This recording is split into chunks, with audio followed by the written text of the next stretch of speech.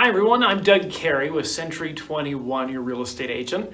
Today we're going to talk about interest rates. We're going to talk about your primary residence, if you happen to have any rental properties, and what to do right now to make sure that you're in the best possible position to take advantage of rates, appreciation in your home, and future potential for purchasing future rental properties. Okay, there's two parts to this I'm going to talk about today. One, your primary residence, and then second, your rental properties. If you have rental properties, make sure to hang on here, and we're going to talk about that at the end. Right now, interest rates just dropped. We're amazed at how low they are. They're at a 3-year plus low right now. We're seeing conventional mortgages between 3.5% and 3.75%. Which means if you happen to have purchased your home or refinanced your home in the last couple of years when rates were 4 to 5%, or even way before that where they were up as well, now is an awesome time to consider, do I want to refinance? Do I want to go back to a 30-year loan? Do I want to refinance it to a 15-year mortgage, which I definitely suggest considering.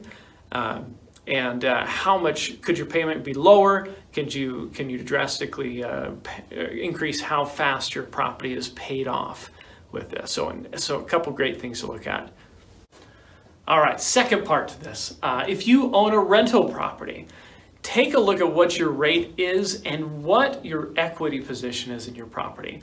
I'm going to give you a perfect example on a rental property of mine that I'm looking to refinance right now.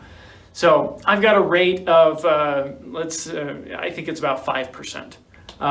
So about what the interest rates are right now for a going investment property. But I looked at my equity position in there, and I have a ton of equity. I've got 50% equity in my, actually no, more than that. So more than 50% equity in my property. What I can do is I can refinance, do a cash out refinance. I'll pay a little bit higher interest rate on a cash out refinance. I can keep 25% equity in there or more, depending on what you want to do. Of course, make sure that the property still cash flows and still makes sense to keep financially. What is that number? But then you can take out all that money. I'm not an accountant, but that money is tax-free as you refinance, do a cash out, and use that to purchase your next rental property. Maybe it's not right now. Maybe you stick it in a rainy day fund for your next rental property. When Warren Buffett said, "Be greedy when people are fearful, and fearful when people are greedy."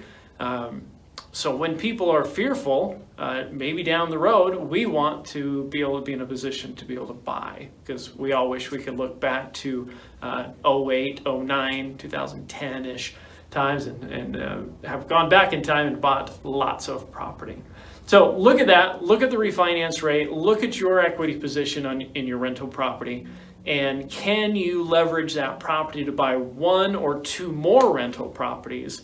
Even today, I just closed on a rental property yesterday. There's still some out there that make sense. So consider that. Give me a call if I can be of help with anything, and if you need the referral of a great lender, I can do that as well. I'm Cary. I'm your real estate agent. Call me here with any questions. Thanks.